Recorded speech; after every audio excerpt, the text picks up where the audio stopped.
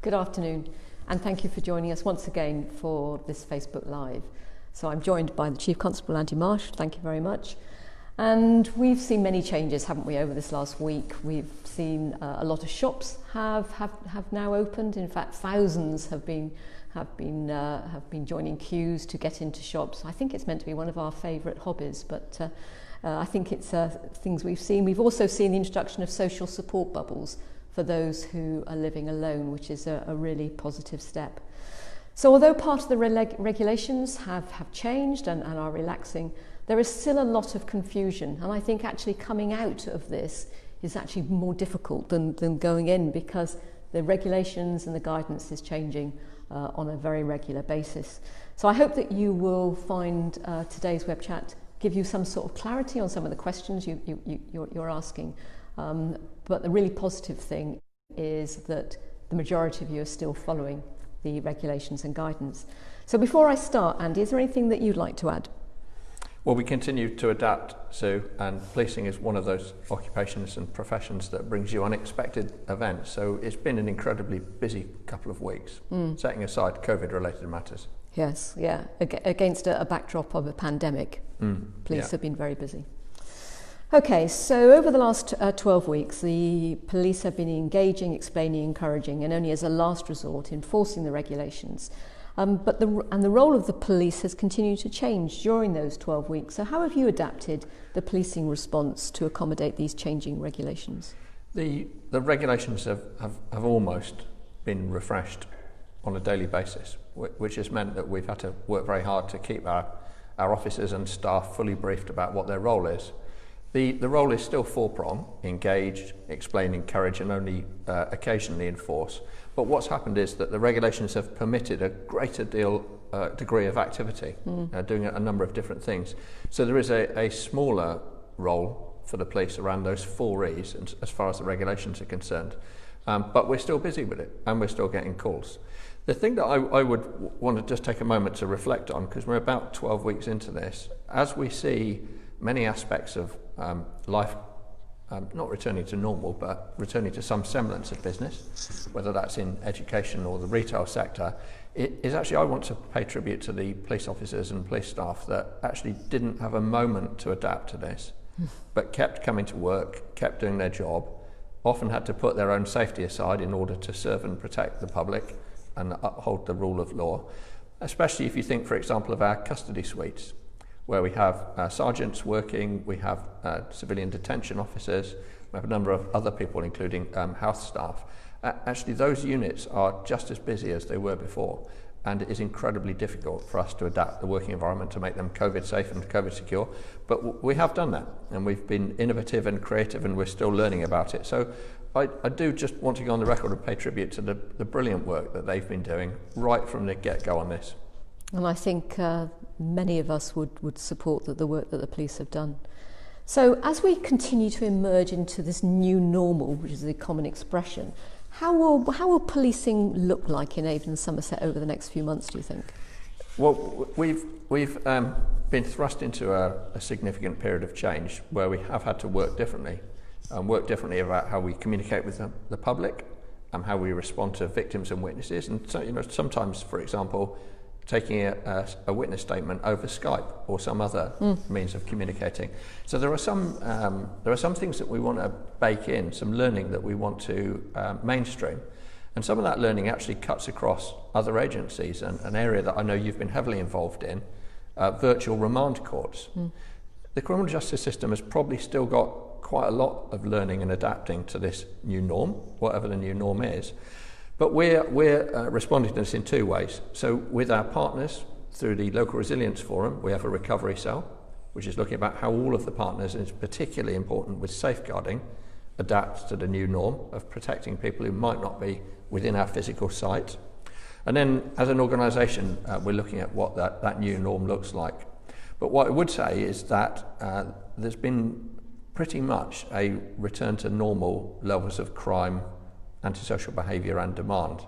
So the officers and staff who in the initial weeks we saw some reductions, probably about 30% of crime and calls.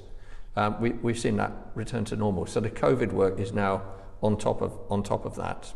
So we need to lock in what we've done well, and we're significantly looking to adapt the way that we use our estate so that it's safe to do that pretty much business as usual. What I would say is really important, if you're a victim of crime or you're suffering, then we are open for business. And that goes especially for antisocial behaviour. But we're going to talk about another element of vulnerability, I think, in terms of county lines drug dealing in a minute. Yeah. So I wouldn't want people thinking in the way that we hear about with, putting off inquiring about their heart complaint or not being able to fix their dental treatment. If you are being victimised, we're open for business. That is such an important point, and we saw very earlier on that drop off of people reporting domestic abuse or child abuse. Really important that people are aware that the police are here, have always been here, but come forward, because there's never a better time than right now. There is another angle to this. Never mind the new ways of working that we've discovered. Is that where we did have a moment of respite from a high volume of demand, we immediately actioned efforts, particularly from those working at home, who weren't able to fully fulfill their normal jobs. Mm-hmm. Maybe they were shielding. We've done an awful lot of work to improve our file quality, some of the processes that are behind the scenes that people won't see, but they'll see the benefit of them when they go well. But we've also done a lot of work, for example, on the people that we want to speak to because they're wanted. And so over the last few weeks, we have been solving more crimes. We've been bringing more successful investigations to a conclusion. That has unfortunately created some additional demands on the criminal justice system, which needs to catch up. But we've been using this time to get ready to go again. We've also had the benefit of some opportunity to be proactive.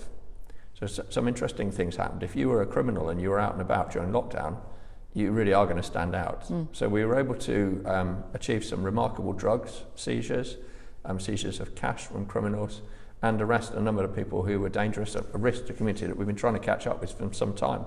More difficult for them to evade us during lockdown. So we have been very, very busy getting ready to go again for whatever the new norm looks like. Thank you. So let's move on to the the Stop Adult Abuse Week, where we're working with local authorities and partners to share advice, to raise awareness of our vulnerable adults. Now, there are many crimes that impact vulnerable adults. The criminals know that they're the easier ones to be able to target. And one of those is particularly cuckooing, isn't it? It's a part of exploitation led by county lines. So how are your officers working with other agencies and in order to protect those really vulnerable adults?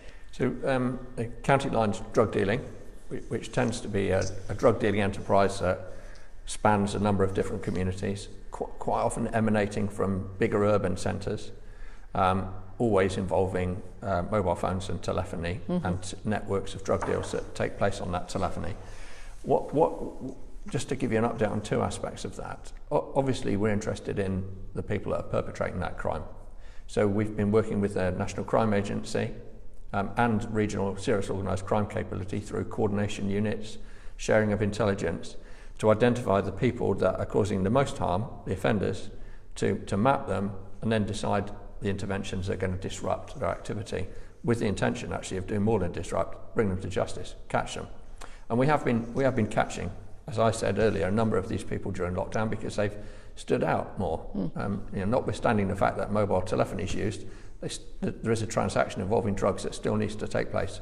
So we've been catching offenders with other agencies. But actually, we are probably more satisfied with the absence of crime. So we would always much rather engage in preventive activity.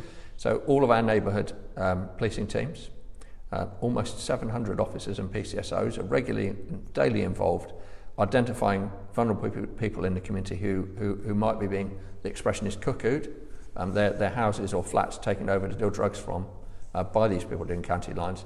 And we make literally hundreds of visits to those individuals, maybe sometimes several visits to the same one, to advise them, to support them, to make them stronger, to resist efforts to cuckoo their address, control them for drug dealing. And we work with other agencies to do that. We have intensification weeks.